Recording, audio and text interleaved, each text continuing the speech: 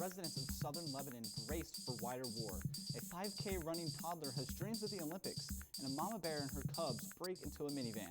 These stories and more are coming up next on the NKU World Report.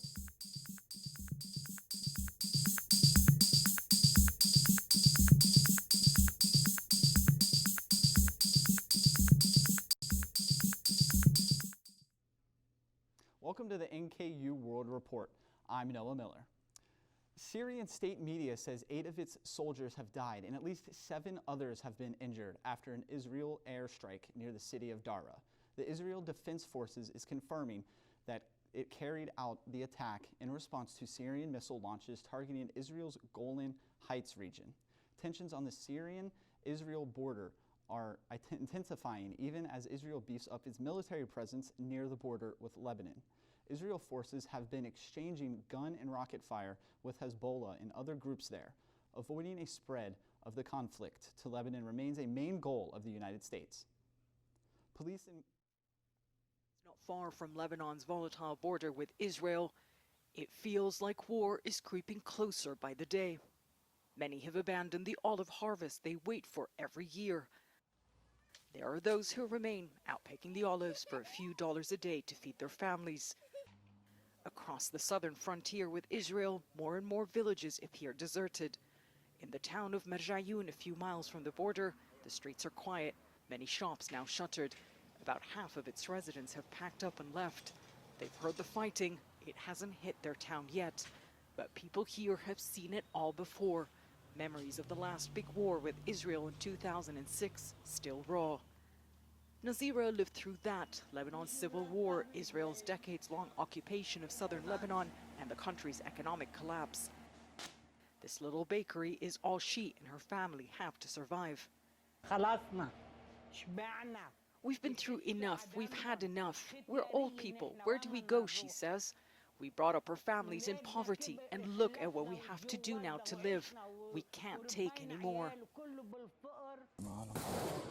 For the past 2 weeks, it's been a daily exchange of deadly fire between the Iranian-backed Lebanese paramilitary group Hezbollah and Israel.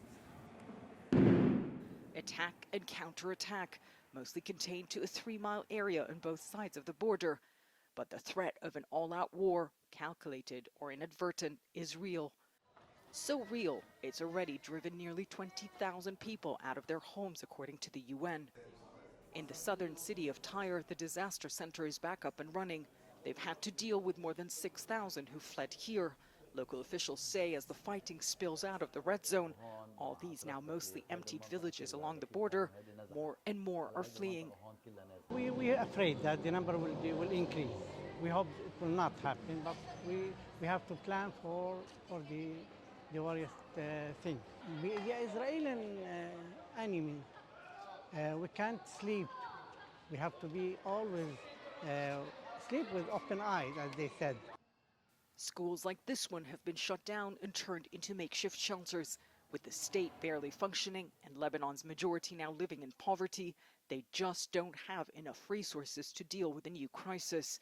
Many here don't want to speak to us on camera. It's the indignity brought by displacement. Amal barely made it out with only the clothes on her back when a neighbor sent her a photo of the damage her house sustained. We've endured the economic situation, stayed in our homes, she says, in the land of our parents and grandparents, all that we've worked for. I just hope it calms down and we can go back to our homes. We cannot take any more.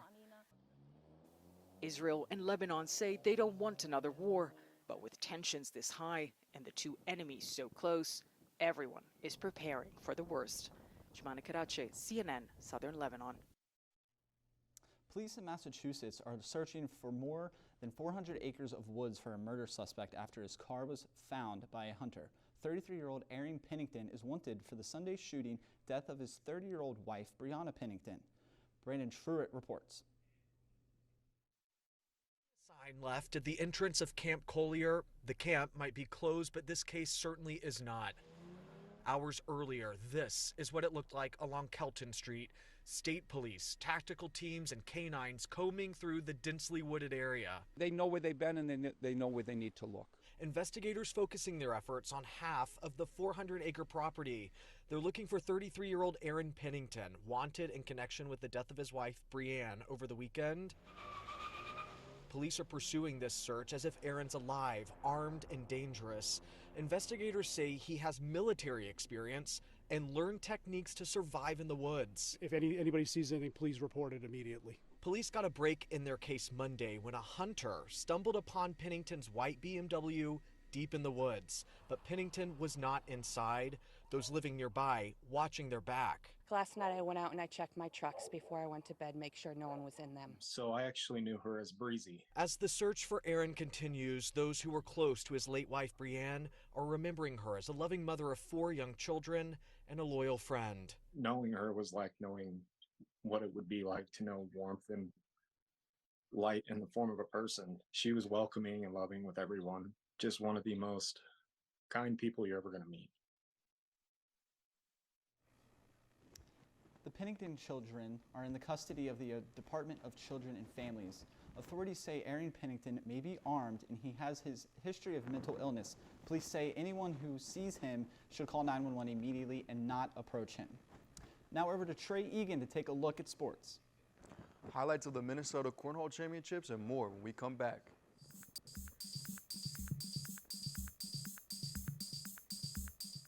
I never knew when I would have to move, so I always had my suitcase ready to go. Then one day I was adopted. My new parents opened their hearts and home to me. My parents cook my favorite breakfast for me every morning. My parents take me on trips I never thought I would go on. They gave me a home and an even better reason to use that suitcase. My parents aren't perfect, but they're perfect for me. I'm Jenny Garth, and as a mother of 3, I know kids worry about a lot of things. Getting enough food to eat shouldn't be one of them. But here in America, that is a real worry for 1 in 5 children. This is unacceptable, and something Feeding America is working to solve. Through a nationwide network of food banks, Feeding America serves virtually every community in the United States, including yours. See how you can help your community. Visit feedingamerica.org. Together, we can solve hunger. Together, we're Feeding America. Dad? Just 1 minute, okay? Hey, Bobo, do trees tell each other stories? I'm sorry. I'm afraid I don't know that. Hey, why don't we go find out?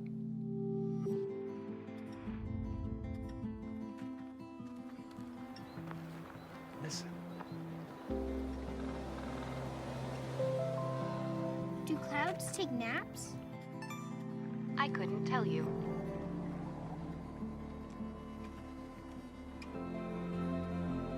Can birds draw pictures? I don't have an answer for that. Dad, do stars visit their friends? Look!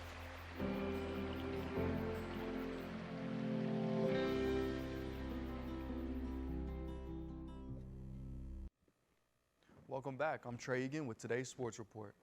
Hundreds of competitors participated in the 2023 State Cornhole Championships in Ramsey, Minnesota this past Saturday.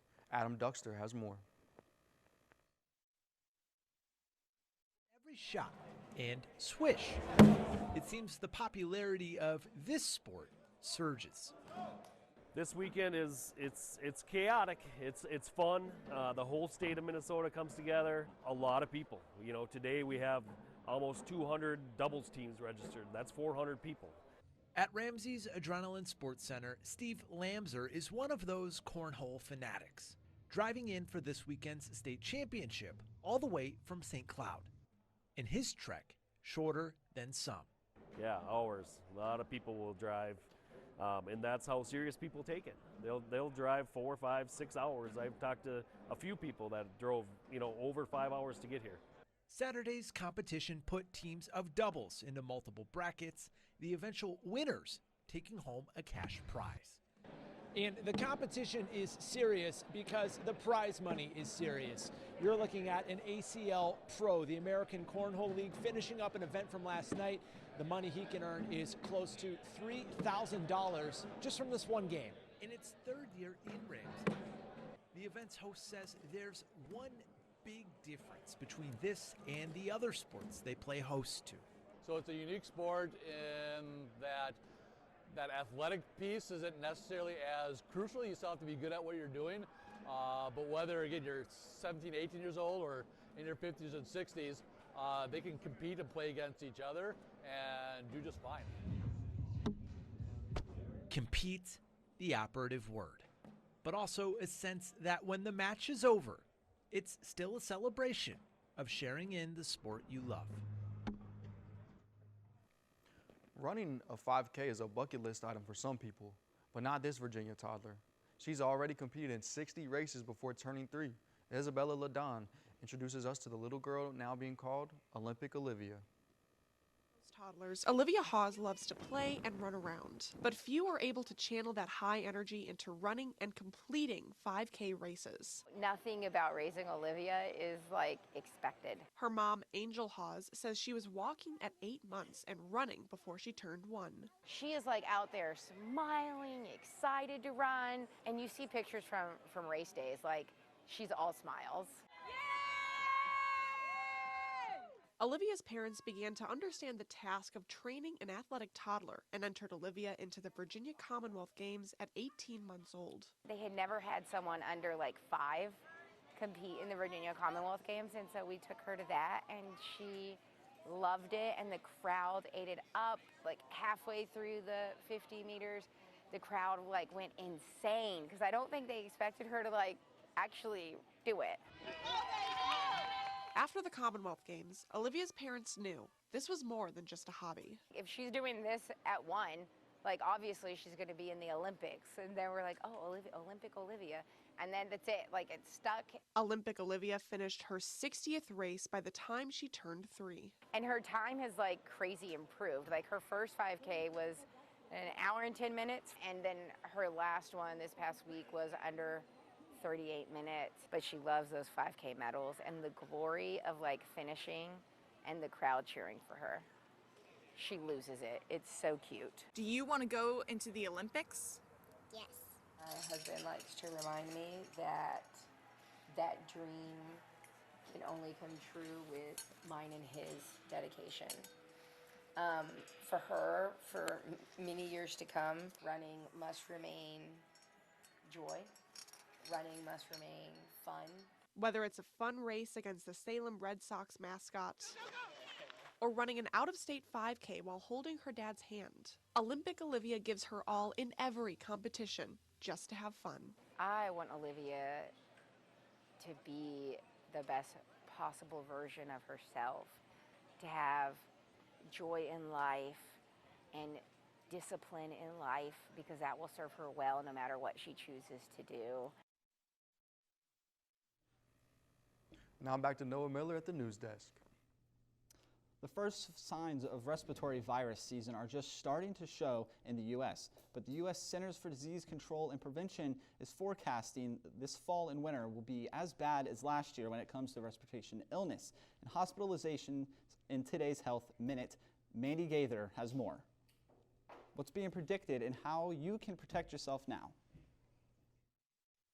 Respiratory virus levels are relatively low in the U.S. overall, but the CDC is forecasting this season will be similar to the last one, which saw hospitals fuller than at any other point in the pandemic and worse than pre-pandemic years. Time to getting into the hospital and getting that life-saving care can be delayed, and that can cost lives. At the peak of this respiratory virus season, CDC forecasts show there could be between 15 and 25 new weekly hospitalizations for every 100,000 people in the U.S. COVID-19 will probably account for half of those new hospitalizations, with flu and RSV combined accounting for the other half. To help prevent getting you or those around you sick, wash hands frequently, sanitize high-touch areas, and if you're not feeling well, stay home. If you have to go out, wear a mask and get tested, says Dr. Kristen England with Cleveland Clinic. Not only for COVID, but also for influenza.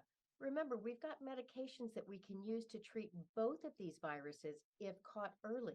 Experts say everyone ages 6 months and older should get the updated COVID-19 vaccine and this season's flu shot, And the RSV vaccine is recommended for those who are most vulnerable for severe disease. England says now's the time to get those shots. It takes 2 weeks for any of these vaccines to really become effective in our bodies. It doesn't happen overnight. For Health Minute, I'm Mandy Gaither. Let's take a look at entertainment with Kennedy Durbin. Make sure you lock your car doors, or you could be opening the door to a family of bears. Find out more after the break.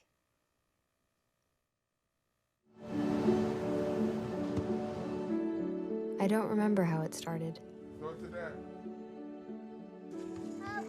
Our back and forth. It always came back. Dad! You probably don't remember what you told me, That was perfect. but I heard every word.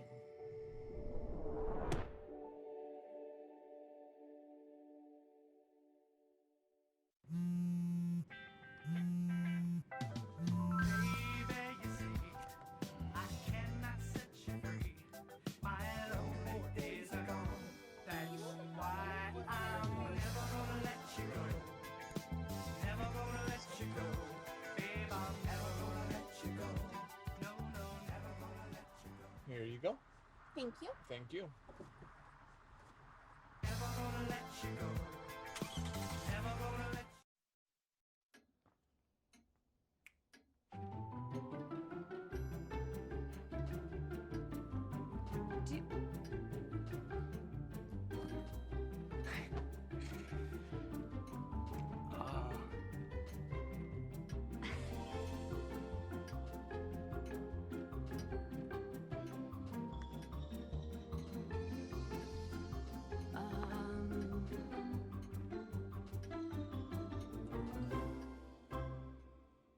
Listen, you're my friend. I noticed you haven't really been yourself recently.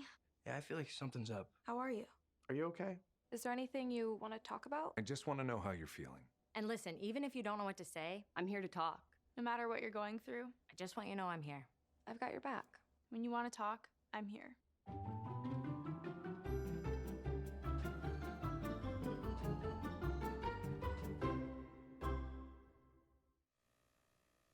Welcome back. I'm Kennedy Durbin with your entertainment report.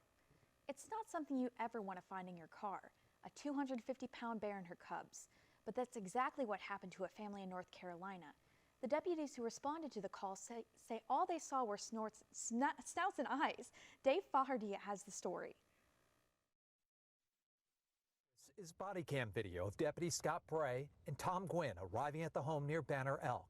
They believe the mama bear managed to get the door of the minivan open, and then she and her cubs climbed inside and the door closed behind them. The windows were so fogged up, it was difficult to see much of anything. Right when we saw the bear, all we saw was snout and eyes. It was looking right at us. Because of the damage inside, the rear sliding doors no longer worked. The deputies decided to tie rope to the front door handle and pull from a safe distance. Watch as the mama bear climbs out, but she didn't leave, instead turning around and getting up on her hind legs. Didn't really know what to think at the moment, but it's kind of scary situation, but ended very well. It was then the men learned there were cubs in the rear of the van. The sheriff described them as yearlings, most likely born last year. The two deputies worked together to coax them out. Both cubs ran toward the backyard where they were reunited with their mother and another cub that was watching from a tree. We learned a valuable lesson. Just because you're out in the mountains and you don't think you need to lock your doors, you need to go ahead and lock your doors to your vehicles. This just goes to show you, you never know what you're going to run into as a deputy sheriff. A popular video game is now a horror yarn heading to theaters this week. Rick DeMagella looks at Five Nights at Freddy's. Welcome to Freddy Fazbear's Pizzeria, where fantasy and fun come to life. That is, unless you are the new night security guard trying to survive 5 nights at Freddy's. We're going to have so much fun together. The film is based on the popular video game franchise. The fans were like first and foremost in our minds in terms of audience and wanting to make sure that this really landed for them. But we also wanted to make it a film that worked in its own right. Have you met them yet? Met who? Foxy, Bonnie, Chica and Freddy. The murderous animatronics from the game were brought to vivid, scary life for the film. We wanted them to be as practical and tactile as possible. And what was so great about that was, you know, the actor's ability to have like a completely, fully realized interaction with them. There wasn't much left to the imagination. So they were able in real time to, you know, have a live experience with them. Ghost children possessing giant robots. We built them with Jim Henson's Creature Shop, and the design process was intensive, and we were, of course, referencing the animatronic designs from the game, and then, you know, bringing them to life in a whole new three-dimensional way. He's coming. Watching with the lights on in Hollywood, I'm Rick Damagella. Now back to Noah Miller at the news desk. Just in time for Halloween, we have a new Pumpkin King, and boy is it a big one. Patrick Cornell shows us the giant gourd, and take a look at this.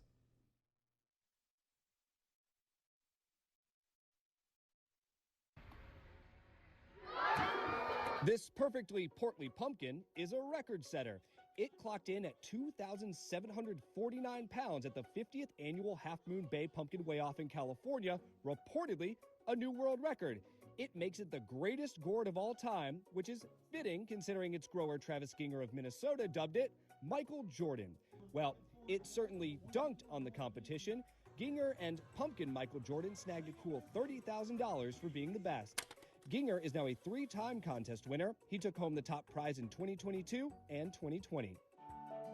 A prescription for cat? Say what, meow? Yes, you heard me correctly.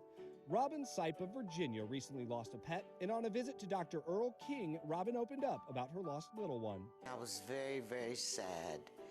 And Dr. King asked me why I was so sad. He was concerned about my overall well-being. That's when Dr. King concocted a creative remedy. More cat. I'd recommended that she proceed to get a new cat, and I actually wrote her a prescription. And Robin did just as the doctor ordered. That same day, Robin met Erlene, a little kitty missing part of a paw, and just like that, they became best pals. The medicine Robin needed. Oh, she makes me so happy. She makes me so happy. For Take a Look at This, I'm Patrick Cornell. Thanks for watching the World Report. I'm Noah Miller, and we'll see you next week. Stay classy, NKU.